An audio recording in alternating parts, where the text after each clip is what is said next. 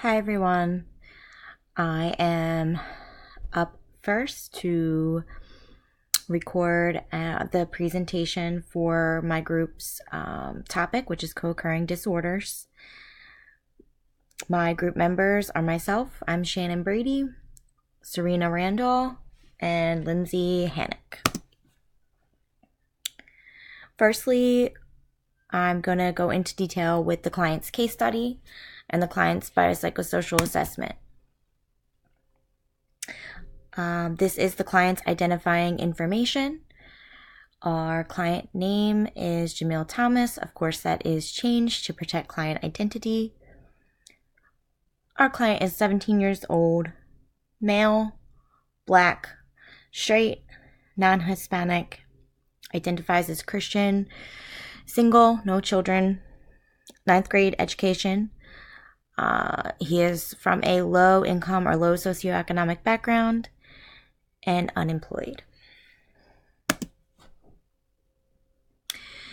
The client, Jamil, does have some medical concerns and issues. The client has high blood pressure and the client is obese. The client does also have legal and child and youth services involvement.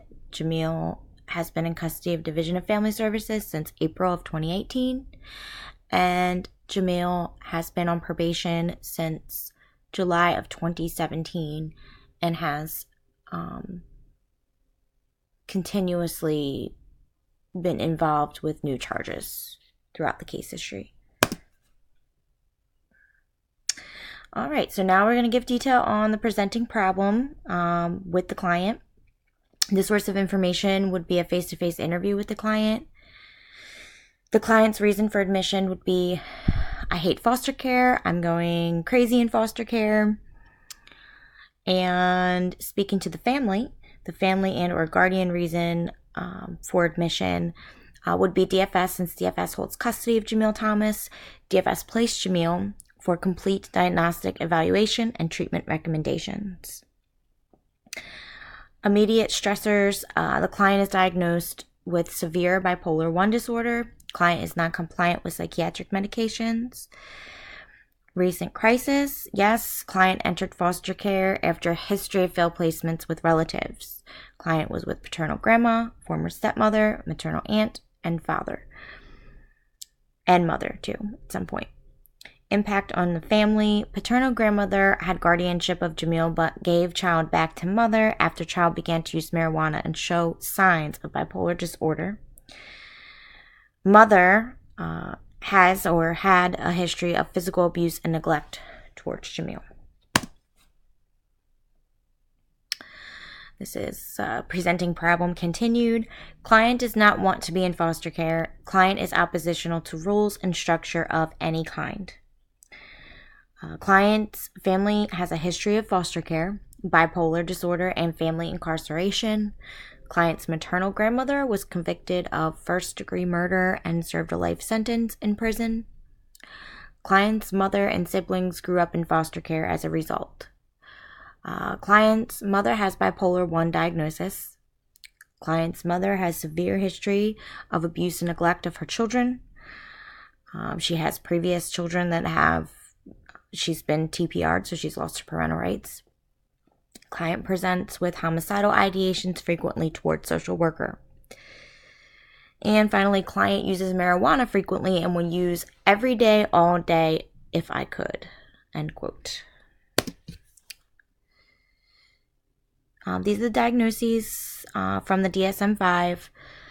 The first is F31.13, severe bipolar 1 disorder, current or most recent manic episode. F91.8, other specified disruptive impulse control and conduct disorder. F12.20, moderate cannabis use disorder, cannabis dependency, uncomplicated. Fancy stuff. And so this is just an overview of our special population, which is older teens. These stats are something that I found on NIDA, the National Institute on Drug Abuse website. And this is just showing the prevalence of cannabis use among teenagers. So for 12th graders, their daily use was estimated at 5.80%. In the past month, 22.20%. And for 10th graders, usage is a little lower. It's 3.40% daily and 16.70% in the past month. And that was also, there was a trend, it got bigger as the study grew. So they took 8th graders, 10th graders, and 12th graders. I left out 8th graders because that's a little younger than what our special population is. These are some theories that can support our research and our project, our framework, and our treatment themes. Social learning theory supports research about contributing factors to teens and substance use. Social learning theory suggests that learning is strictly cognitive and is done simply through observing others in the environment. Peers can certainly be influential on each other, and peer pressure has long been known to be thought of as a contributing factor to teens and drug use or experimentation. And teens with co-occurring mental disorder could also be self-medicating with substances to attempt to relieve the symptoms of their illnesses. Attempting to self-soothe could spiral into a full-blown addiction/dependency to the substances being used. And history and culture. Marijuana use has a long history dating back 7,000 years ago to ancient Egyptians who would often use the plant for many things in addition to smoking it for its known calming effects. Marijuana has been used in many cultures since then. In particular, smoking marijuana has been associated with Native Americans and the peace pipe all the way to modern society and many types of social cliques such as the hip-hop culture and rock culture alike. Hindus and Taoist religions are known to use marijuana in their practice, as well as Rastafarians, who are very often associated with smoking marijuana. When don't you see the association with that? And this is the good stuff. This is the empirical-based practice research. So there's my link to my first article I reviewed. The first article summary point that I'll talk about is marijuana use and cannabis use disorders are markedly more prevalent among persons with bipolar spectrum disorders compared to the general population or persons with any mental illness. Also, I just want to note that the article does state that marijuana is the most commonly used drug in the United States. And according to a 2015 national survey on drug use and health, 22.2 million people aged 12 or older had used marijuana in the past month. So that kind of highlights that recent stat, that previous stat that I had presented. Although bipolar disorder is not listed as a qualifying condition for medical marijuana in any state, 34 anecdotal reports suggest some individuals use marijuana to treat symptoms of bipolar disorder. And marijuana use or use disorder is associated with worsened affective episodes, psychotic symptoms, rapid cycling, suicide attempts, decreased long-term remission, poor global functioning, and increased disability.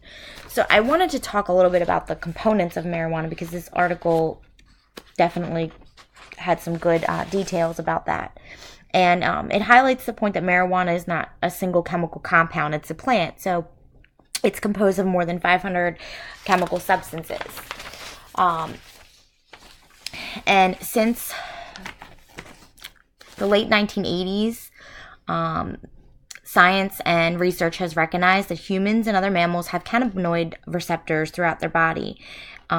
So it supports and kind of helps us understand the ways that marijuana or the effects of marijuana on mostly the brain.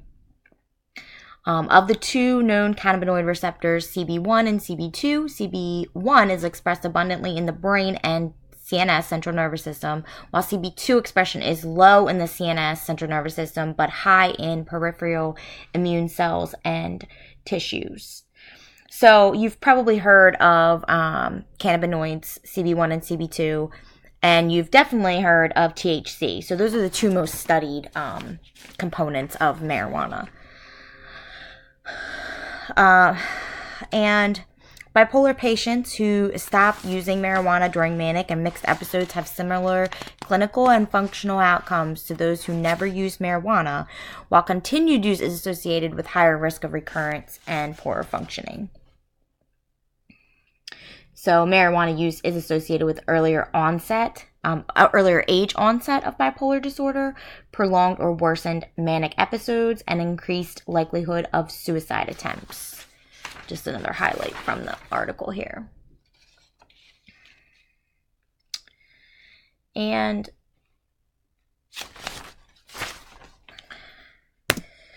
that would take us to the next article. This is the link there for that one. And the summary, there is sufficient research on cannabis use and psychiatric disorders. Clinicians agree that such use can cause negative impact on those with psychiatric disorders. Research regarding cannabis use and psychological disorders are not complete or totally understood. And people who are genetically vulnerable to psychiatric disorders could be at significant risk when using cannabis. Some of the things, again, the cannabis use has been documented to be associated with is symptoms of depersonalization, fear of dying, irrational panic, and paranoid ideas, which coincide with acute intoxication and remitted quickly. And recent advances in cannabinoid receptors and in endogenous ligands have renewed interest in the mechanisms by which cannabis can cause major psychiatric disorders. It is now recognized that the endocannabinoid system represents a new signaling process in the nervous system that regulates neurotransmitter systems, energy metabolism, and immune function. Researchers now believe that cannabis consumption during critical phases of brain development can lead to a strong disturbance of the endocannabinoid system and ultimately cause an inappropriate hardwiring of the brain. Cannabis may play a role in the complex interactions involving dopamine, gamma aminobutyric acid, so that's GABA, G-A-B-A, and glutamate transmission or other factors that cause psychotic disorders. So that was also part of this article, and I just wanted to point that out because that goes along with the research that suggests that cannabis use can lead to early onset bipolar disorder, because that right there is basically saying that if the special population, the teen, is in a critical phase of brain development, then their brains can possibly be changed by cannabis use. And these are my references. I just want to thank everyone for staying with us here with the presentation, and up next are my group members.